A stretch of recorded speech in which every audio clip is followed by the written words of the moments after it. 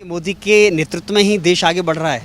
बिल्कुल, मोदी एक अवतरित पुरुष हैं जो इस देश को बदलने के लिए जन्म लिया है कि धारा 370 हटेगी तो देश में जलजला आएगा। हमने देखा एक चिड़िया भी नहीं मरी और धारा 370 हटी है। राम मंदिर का निर्माण होने जा रहा है और कहीं ना कहीं जो 3 तलाक का विषय था वो भी हल करा। ऐसे तमाम विषय अगर हल कर एक सामान्य रूप से आज देश विकास कर रहा है तो नरेंद्र मोदी जी के नेतृत्व में कर रहा है। महिला आरक्षण पर भी कुछ कहें। हमारे प्रधानमंत्री जी ने निर्णय लिया है, महिलाओं को अधिकार देंगे, महिलाओं को सम्मान देंगे और इसको सही रूप में आने वाले समय में हम देखेंगे कि हमारी महिलाएं भी आज सम्मान के साथ विधानसभा और लोकसभा में देश का प्रतिनिधित्व करेगी। एक आखिरी सवाल, भारत माता की जय कैसे हो? पूर्व प्रधानमंत्री अटल बिहारी वाजपेयी जी ने कहा था कि भारत देश एक सिर्फ जमीन का टुकड़ा नहीं है, ये एक जीता जागता पुरुष है, अर्थात जिसे हम पूजते हैं, एक माता के रूप में पूजते हैं और हमारा सबसे आराध्य हमारी मातृभूमि है। मध्य प्रदेश में केवल चुनावी चर्चा है और आगाज मोदी जी ने कर दिया है। मध्य प्रदेश में एक बार जनता ने पुनः संकल्प ले लिया है और एक बार पुनः मध्य प्रदेश में भारतीय जनता पार्टी की सरकार बनने जा रही है। 2003 के पहले का मध्य प्रदेश और 2003 के बाद का मध्य प्रदेश एक और बदहाल, कंगाल और साथ ही साथ समाज का हर वर्ग त्रस्त एक ऐसी स्थिति थी और आज हम देख रहे हैं खुशहाल मध्य प्रदेश। नमस्कार, मैं हूं केशव मालान। इस मध्य प्रदेश की चुनावी यात्रा के बीच में आज हमसे खास बातचीत करने के लिए मौजूद हैं खंडवा विधानसभा से देवेंद्र वर्मा जी। सर, बहुत बहुत स्वागत है आपका खबर इंडिया पर। जी, खबर इंडिया के सभी दर्शकों को, सभी श्रोताओं को मेरी ओर से बहुत बहुत बधाई, बहुत बहुत शुभकामनाएं। सबको नमस्कार। कितने तैयार हैं अगर बात करें, क्योंकि आज मध्य प्रदेश में केवल चुनावी चर्चा है और आगाज मोदी जी ने कर दिया है। मध्य प्रदेश में एक बार जनता ने पुनः संकल्प ले लिया है और एक बार पुनः मध्य प्रदेश में भारतीय जनता पार्टी की सरकार बनने जा रही है। किन मुद्दों पर, क्या सोच के साथ में? अगर हम मुद्दों की बात करें तो 2003 के पहले का मध्य प्रदेश और 2003 के बाद का मध्य प्रदेश एक और बदहाल, कंगाल और साथ ही साथ समाज का हर वर्ग त्रस्त एक ऐसी स्थिति थी और आज हम देख रहे हैं खुशहाल मध्य प्रदेश।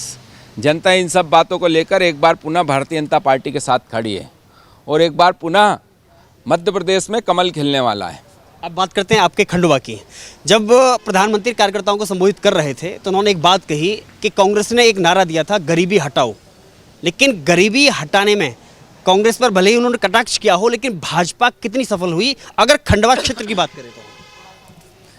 देखिए, गरीबी हटाओ एक ऐसा इमोशनल नारा है, एक ऐसा इमोशनल या एक संवेदनशील विषय है कि जब देश आज़ाद हुआ सबसे पहले ये नारा जवाहरलाल नेहरू जी ने दिया, इसके बाद ये नारा इंदिरा गांधी जी ने दिया, इसके बाद ये नारा उनके बाद के सभी प्रधानमंत्री राजीव गांधी तक देते रहे, लेकिन देश में गरीबी हटी नहीं।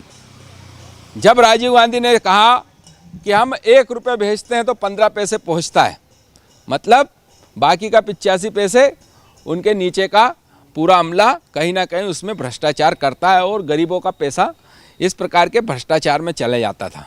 लेकिन आज अगर हम कहें कि हमारे प्रधानमंत्री जी ने, हमारे मुख्यमंत्री जी ने एक पूरा सिस्टम बनाकर कि हम गरीबी हटाएंगे नहीं, इस प्रकार की हर चीज़ को अधिकार के साथ हर गरीब का अधिकार हो ये सुनिश्चित करेंगे, तो आज अगर हम कहेंगे कि पूर्व में भी इंदिरा आवास के नाम पर योजना चलती थी, चलते 50,000 थे, मिलते 5,000 थे, ऐसी सभी योजनाएं, लेकिन आज डायरेक्ट बेनिफिट योजना के माध्यम से अर्थात हर योजना हितग्राही के खाते में सीधे जा रही है और परिणाम हम देख रहे हैं कि प्रधानमंत्री आवास हो, चाहे इस प्रकार की तमाम योजना जो हितग्राही मूलक है उनका पैसा डायरेक्ट हितग्राही के खाते में जा रहा है। और इसके साथ साथ मैं आपको बताना चाहता हूँ कि कुछ योजनाओं की जैसे बात करें कि गरीबों को मिलने वाला राशन, सिर्फ हिंदुस्तान में लगभग 12 से 14 करोड़ परिवारों का राशन इसी प्रकार भ्रष्टाचार की भेंट चढ़ जाता था।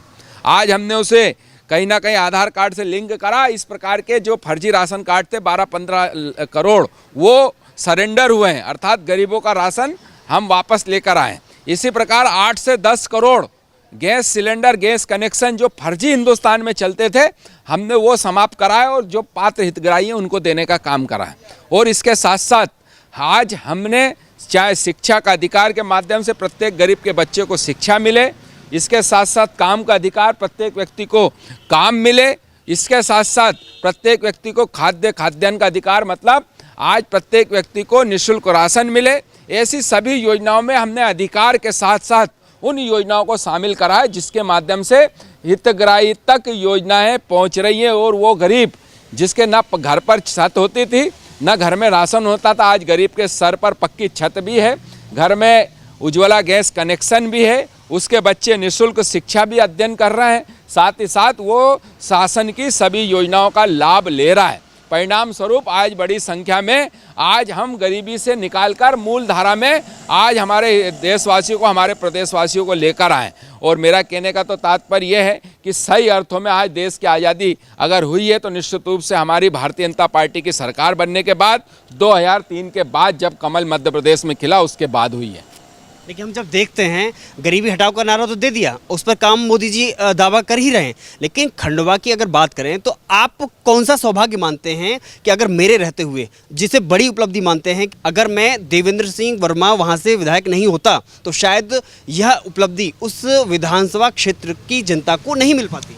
भारतीय जनता पार्टी एक कार्यकर्ता बेस्ड पार्टी है और हम सामूहिक रूप से काम करने वाले कार्यकर्ता हैं। और हमारे देश के प्रधानमंत्री नरेंद्र मोदी जी की योजनाएं आज जन जन तक पहुंची हैं। इस कड़ी में हमारी विधानसभा क्षेत्र में लगभग 2.5 लाख लोगों को हमने आयुष्मान कार्ड योजना का लाभ दिया है। ये एक बहुत बड़ी संख्या है। लगभग 60 से 70 हज़ार परिवारों को निःशुल्क राशन हम दे रहे हैं। ये बहुत बड़ी योजना है। इसके साथ साथ लगभग 30,000 परिवारों को हम उज्ज्वला गैस कनेक्शन दे रहे हैं। इसके साथ साथ खंडवा जिले में आज मेडिकल कॉलेज संचालित है। ये हमारी बहुत बड़ी उपलब्धि है। खंडवा जिला मध्य प्रदेश का वो जिला है जहाँ 100% सिंचित भूमि होगी। मेरे विधानसभा क्षेत्र में 500 करोड़ रुपए की सिंचाई परियोजना का प्रोजेक्ट चल रहा है। तो इस प्रकार की बड़ी बड़ी योजनाओं के माध्यम से हम जनता के बीच में जाएंगे और निश्चित रूप से जनता आज भारतीय जनता पार्टी के साथ खड़ी है। किसानों की और युवाओं की अगर हम बात करें तो सबसे प्रमुखता देहात का जो क्षेत्र माना जाता है, किसानों पर निर्भर रहता है। किसानों के लिए आपने क्या किया? किसानों की अगर बात करें तो कहीं ना कहीं किसान के साथ खेती जुड़ी है, कृषि जुड़ी है, सिंचाई जुड़ी है, सभी मूलभूत किसान की आवश्यकताएं जुड़ी हैं। मैं सभी हमारे इस प्रकार के सभी मीडिया साथियों से निवेदन करता हूं कि हम गूगल से सर्च करें, हम मोबाइल से सर्च करें कि 2003 के पहले की मध्य प्रदेश की कृषि की विकास की दर क्या थी। मध्य प्रदेश की कृषि की विकास की दर -3% थी। मध्य प्रदेश का किसान खेती करने की ओर अग्रसर नहीं, खेती छोड़ने की ओर अग्रसर हो रहा था। लेकिन आज हमारे मध्य प्रदेश में कृषि की विकास की दर माइनस से निकलकर 19% हुई है। मतलब कृषि में क्रांतिकारी परिवर्तन आया। पिछले 8 से 10 वर्षों में हम कृषि कर्मण अवार्ड ले रहे हैं। मध्य प्रदेश में 7 लाख हेक्टेयर क्षेत्र सिंचित था, आज 45 लाख से ज़्यादा हेक्टेयर क्षेत्र सिंचित है। तो ये हमारी सरकार की उपलब्धि है। हमारे गांव में सड़क नहीं होती थी, आज हमने प्रत्येक गांव को सड़क से जोड़ा है। प्रत्येक खेत को खेत सड़क योजना से जोड़ा है। प्रत्येक खेत में हमने बिजली लेकर गए। ये वो योजना है जो हमने एक कृषि का वातावरण बनाने का काम करा है। परिणाम स्वरूप जो किताब में पढ़ाया जाता था कि पंजाब, हरियाणा और उत्तर प्रदेश की भूमि सबसे अच्छी होती है और सबसे अधिक उत्पादन होता है, लेकिन वो धारणा हमने बदलने का काम करा है। आज मध्य प्रदेश दलहन हो, तिलहन हो, सोयाबीन हो, सब में अव्वल है। अर्थात हम कृषि में हिंदुस्तान में नंबर 1 राज्य है तो मध्य प्रदेश है। ये बनाने का काम हमारी सरकार ने करा है। अगर हम देखते हैं अगर जो जन कल्याणकारी योजनाओं का जिनका नाम ले रहे थे, चाहे वो उज्ज्वला योजना हो, चाहे वो लाडली लक्ष्मी योजना हो, चाहे वो फिर राशन की बात कही हो, लेकिन इसी को पूरा विपक्ष मुफ्त की रेवड़ियां बांटने का नाम देता है और दावा करता है कि खजाने को खाली करने का काम भाजपा सरकार कर रही है। हमेशा से गरीब विरोधी, इन्होंने हमेशा से सामंतवादी सोच से काम करा है और कभी इन्होंने गरीब के हित में कभी विचार नहीं करा। गरीब के लिए इन्होंने कभी कोई योजना लाने का काम नहीं करा। परिणाम स्वरूप समाज में एक बहुत बड़ा भेद, बहुत बड़ा अंतर हमने देखा है। आज वो अंतर और ये खाई पाटने का काम अगर हमारी सरकार कर रही है तो इनके पेट में दर्द क्यों हो रहा है? ये भारतीय जनता पार्टी की सरकार है। गरीब के लिए हमारा खजाना लुटाना भी पड़े तो हमारे मुख्यमंत्री जी और प्रधानमंत्री जी ने प्रण लिया है कि हम गरीब के जीवन में खुशहाली लेकर आएंगे। आर्थिक विषय नहीं है ये। हमारी आज हिंदुस्तान विश्व में 5वीं आर्थिक महाशक्ति बना है। आज हम आर्थिक रूप से सशक्त बनाने का काम भी कर रहे हैं तो गरीब को खुशहाली और समृद्धि देने का भी काम कर रहे हैं। लाडली लक्ष्मी योजना को कितना सफल मानते हैं और सही मानते हैं? लाडली लक्ष्मी भी है मलान जी, और लाडली बहना भी है जी। ये ऐसी योजना है, इन्हें हम कोई योजना के नाम से इंगिकार नहीं कर सकते, मतलब संबोधित नहीं कर सकते। मेरा तो ये कहना है कि आज एक सामाजिक बदलाव, मध्य प्रदेश में एक सामाजिक क्रांति लाने का काम हमने करा है। एक समय था लगभग 2003 के बाद और 2003 के लगभग की स्थिति की मध्य प्रदेश में एक जेंडर रेशो बहुत बुरी तरह बिगड़ चुका था। मतलब 1000 बच्चों पर मात्र 500-700 बच्चियाँ होती थी। तो कहीं ना कहीं बड़ी संख्या में भ्रूण हत्या होती थी, बड़ी संख्या में बेटियों पे मातृशक्ति पे अत्याचार होते थे। ऐसे समय में हमारी सरकार ने निर्णय लिया कि मध्य प्रदेश में हम महिला सशक्तिकरण का काम करेंगे। और महिला सशक्तिकरण का काम करेंगे मतलब शासन की सब योजनाओं को महिलाओं की ओर मोड़ेंगे, महिलाओं को प्राथमिकता देंगे, महिलाओं को अधिकार देंगे, महिलाओं को सम्मान देंगे, महिलाओं को प्रतिष्ठा देंगे।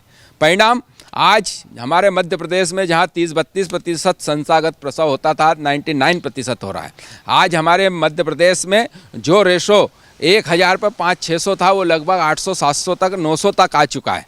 अर्थात हमने आज डिलीवरी के समय हमारी मातृशक्ति को जहां एक और 1600 रुपये प्रदान करते हैं, जननी सुरक्षा से गाड़ी घर लेने जाती है, अगर बेटी ने जन्म लिया है तो लाडली लक्ष्मी बनकर जन्म लेती है, और उसकी कॉलेज तक की पढ़ाई हम निःशुल्क कराते हैं। निःशुल्क कापी किताब, निःशुल्क टेबलेट, निःशुल्क गणवेश, निःशुल्क इस प्रकार की सभी सुविधाएँ देते हैं। और जब बेटियों को लिए करते हैं तो कहीं ना कहीं ऐसा कहते हैं कि अगर किसी के पास पैसा है तो उसके पास अधिकार है, उसका सम्मान है, उसकी प्रतिष्ठा है। तो ये प्रतिष्ठा देने का काम आज हमारी सरकार कर रही है, सम्मान देने का काम कर रही है। और मध्य प्रदेश की 1.5 करोड़ महिलाओं को लाडली बहना योजना से हमारी सरकार ने जोड़ा है, जो महिलाओं को एक संबल प्रदान करती है। ऐसी योजना लाडली बहना आज मध्य प्रदेश में संचालित है, और आने वाले समय में मातृशक्ति और आगे बढ़ेगी, ऐसा हम प्रयास करेंगे। और निश्चित रूप से आने वाले समय में और ज़्यादा अधिकार और सम्मान देने का काम हमारी सरकार करेगी। इस बार आपकी विधानसभा के साथ में मध्य प्रदेश में लाखों ऐसे युवा हैं जो पहली बार वोटर बने हैं, पहली बार मतदान करेंगे। क्या विचार देना चाहेंगे, क्या मैसेज देना चाहेंगे कि वो क्या सोच करके इस बार मतदान करें? देश का युवा आज जो हमारा हिंदुस्तान वैश्विक महाशक्ति बनने की ओर अग्रसर है, विश्व की आर्थिक महाशक्ति बनने की ओर अग्रसर है, तो आज प्रत्येक युवा का सीना गर्व से चौड़ा हुआ है। अर्थात एक गर्व महसूस करता है देश के प्रधानमंत्री के नेतृत्व में। वो महसूस करता है कि आज पूरे देश को सम्मान मिला है, देश को प्रतिष्ठा मिली है, और कहीं ना कहीं गरीब को अधिकार मिला है, गरीब को रोटी मिली है, युवाओं को रोजगार मिला है। तो कहीं ना कहीं युवा, हमारे देश का युवा ही नहीं, हम तो कहते हैं प्रत्येक जन जन ने ठाना है कि एक बार पुनः कमल खिलाना है। मानते हैं कि मोदी के नेतृत्व में ही देश आगे बढ़ रहा है? बिल्कुल, मोदी एक अवतरित पुरुष हैं जो इस देश को बदलने के लिए जिन्होंने जन्म लिया है। और अगर हम कहें कि उनके नेतृत्व में आज देश इस प्रकार की ऐसी समस्याएं और इस प्रकार के विषय जो कहते थे कि धारा 370 हटेगी तो देश में जलजला आएगा, हमने देखा एक चिड़िया भी नहीं मरी और धारा 370 हटी है। राम मंदिर का निर्माण होने जा रहा है, और कहीं ना कहीं जो 3 तलाक का विषय था वो भी हल करा। ऐसे तमाम विषय अगर हल कर एक सामान्य रूप से आज देश विकास कर रहा है तो नरेंद्र मोदी जी के नेतृत्व में कर रहा है। महिला आरक्षण पर भी कुछ कहेंगे? हमारे प्रधानमंत्री जी ने निर्णय लिया है, महिलाओं को अधिकार देंगे, महिलाओं को सम्मान देंगे, और इसको सही रूप में आने वाले समय में हम देखेंगे कि हमारी महिलाएं भी आज सम्मान के साथ विधानसभा और लोकसभा में देश का प्रतिनिधित्व करेगी। एक आखिरी सवाल, भारत माता की जय कैसे होगी? भारत माता, अगर हम कहें कि हमारे पूर्व प्रधानमंत्री अटल बिहारी वाजपेयी जी ने कहा था कि भारत देश एक सिर्फ जमीन का टुकड़ा नहीं है, ये एक जीता जागता एक, जिसे अगर हम कहें कि एक पुरुष है, अर्थात जिसे हम पूजते हैं, एक माता के रूप में पूजते हैं, और हमारा सबसे आराध्य हमारी मातृभूमि है। तो इस प्रकार का जो उन्होंने कहा था कि कहीं ना कहीं अगर हमारा देश विश्व गुरु बनेगा तो सारे देश हमारा हिंदुस्तान की जय जयकार करेगा, और ये नरेंद्र मोदी जी के नेतृत्व में करेगा। और ये सपना हम ही नहीं, देश के लाखों करोड़ों युवा देखते हैं, और प्रधानमंत्री जी हमारे इसको साकार करेंगे। बहुत बहुत शुक्रिया हमसे बातचीत करने के लिए, बहुत बहुत धन्यवाद।